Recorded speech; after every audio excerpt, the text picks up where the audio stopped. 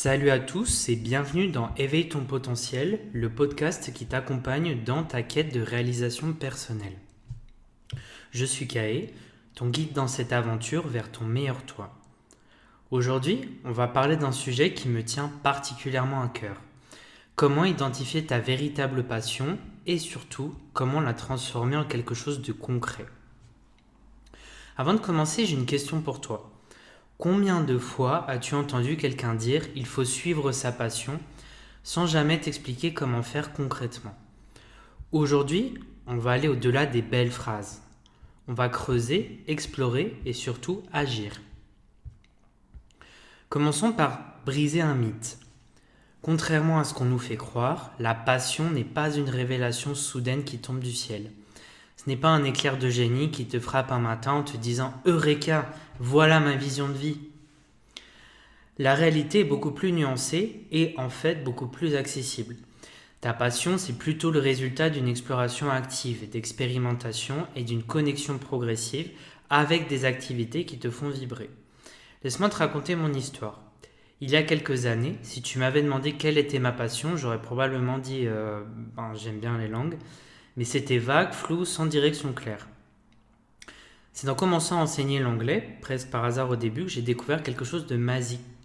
Ce n'était pas juste les langues qui me passionnaient, c'était de voir les gens se transformer, gagner en confiance, ouvrir de nouvelles portes grâce à ce qu'ils apprenaient. Alors comment découvrir ce qui te fait vraiment vibrer? Voici un exercice que j'appelle l'exploration des 30 jours. Pendant 30 jours, je veux que tu essayes quelque chose de nouveau chaque semaine. Ça peut être n'importe quoi, un cours de cuisine, du bénévolat, apprendre un instrument, écrire, décider, coder, jardiner. L'idée, c'est pas de devenir expert, mais d'explorer. Mais attention, et c'est crucial, après chaque expérience, pose-toi ces 3 questions. Est-ce que le temps a passé vite pendant que je faisais ça? Est-ce que j'ai eu envie de creuser plus profond, d'en apprendre davantage? Est-ce que j'ai ressenti une forme d'énergie même si c'était difficile? Si tu réponds oui à au moins 2 de ces questions, c'est un signal. Continue à explorer dans cette direction. Maintenant, parlons de quelque chose d'encore plus fondamental, tes valeurs. Parce que ta vraie passion ne sera jamais juste une activité que tu aimes faire. Ce sera quelque chose qui est aligné avec ce qui compte vraiment pour toi. Je vais te donner un exemple personnel. Quand j'ai créé mes podcasts et mes cours d'anglais, ce n'était pas juste parce que j'aimais enseigner. C'était parce que j'ai une valeur profonde. Je crois que l'éducation doit être accessible à tous, partout dans le monde. Et cette valeur guide chaque décision que je prends dans mes projets. Elle me donne de l'énergie quand c'est difficile, elle m'aide à rester motivé quand les résultats ne viennent pas assez vite.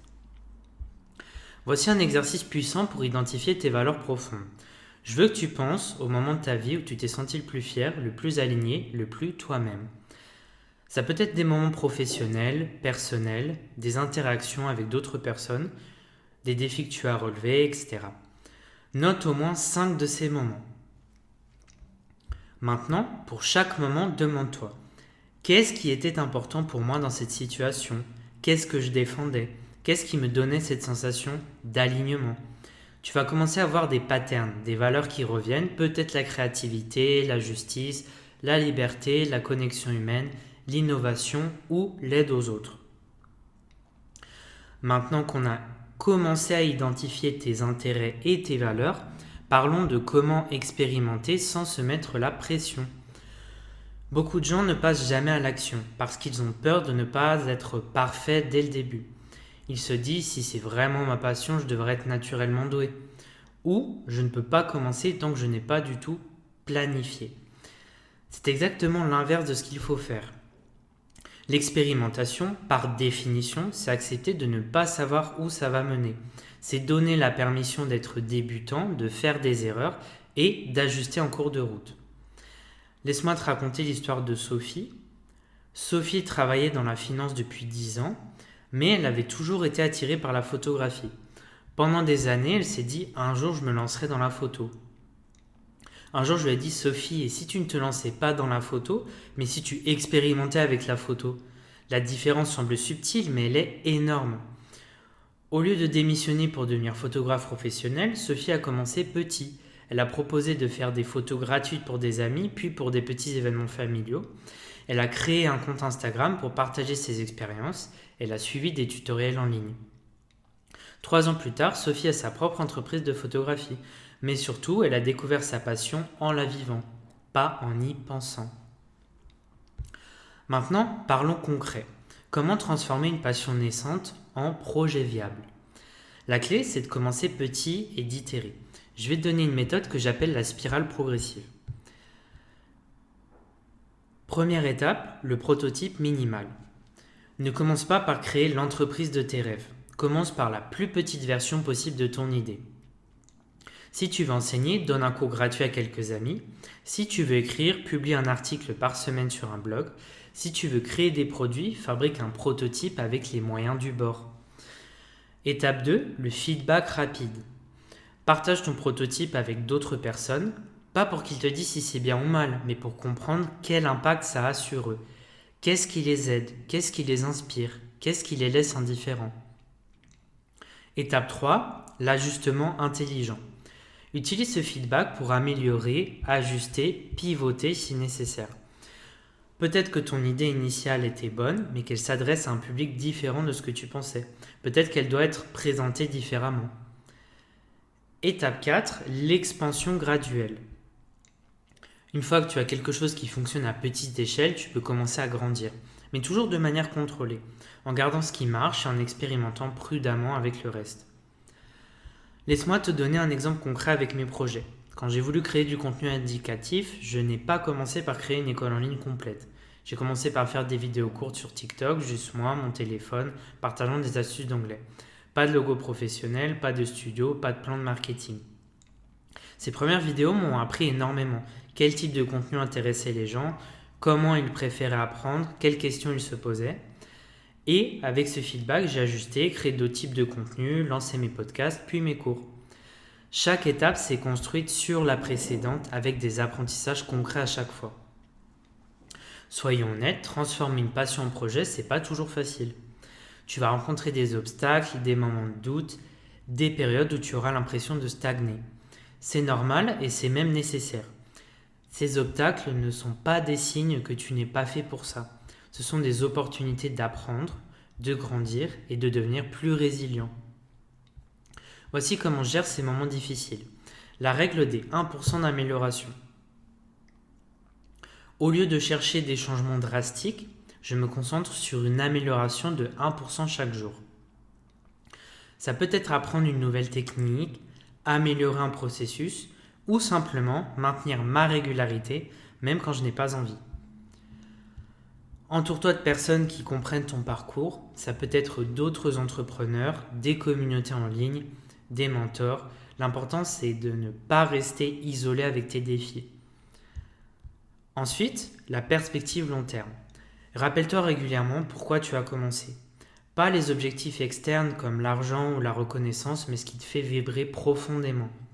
Cette connexion à tes valeurs sera ta source d'énergie même dans les moments difficiles. Parlons maintenant d'un concept fondamental, le mindset de croissance ou l'état d'esprit. C'est l'idée que tes capacités ne sont pas figées, qu'elles peuvent se développer avec l'effort et la pratique. Beaucoup de gens abandonnent leurs projets parce qu'ils ont un mindset fixe. Ils se disent « je ne suis pas doué pour ça » ou « les autres sont naturellement meilleurs que moi ». Mais voici la vérité. Personne n'est naturellement doué pour tout. Même les gens qui semblent avoir un talent inné ont dû pratiquer, échouer, recommencer et s'améliorer. La différence entre ceux qui réussissent et ceux qui abandonnent, c'est pas le talent initial. C'est la capacité à voir chaque échec comme un apprentissage et chaque difficulté comme un défi à relever. Maintenant, je veux qu'on passe à l'action concrète. Voici ce que je veux que tu fasses dans les 90 prochains jours. Du jour 1 au jour 30, l'exploration. Identifie 3 domaines qui t'intriguent, expérimente avec chacun pendant au moins une semaine, tiens un journal de tes découvertes. Jour 31 à 60, l'approfondissement. Choisis le domaine qui t'a le plus énergisé, crée quelque chose de concret, même petit, et partage-le avec au moins 5 personnes et recueille leur retour. Jour 61 à 90, l'itération. Améliore ton projet basé sur les retours. Commence à réfléchir à comment ça pourrait évoluer. Prends une décision. Est-ce que tu veux continuer à développer ça? Avant de conclure, je veux partager avec toi une réflexion importante. Ta passion, c'est pas quelque chose que tu trouves. C'est quelque chose que tu construis jour après jour, expérience après expérience. Il n'y a pas une seule passion qui t'attend quelque part. Il y a probablement plusieurs chemins qui pourraient te combler, plusieurs projets qui pourraient t'énergiser. Le plus important, c'est de commencer à marcher. N'attends pas d'avoir toutes les réponses pour faire le premier pas. N'attends pas d'être certain à 100% pour expérimenter. Et n'attends pas que les conditions soient parfaites pour commencer.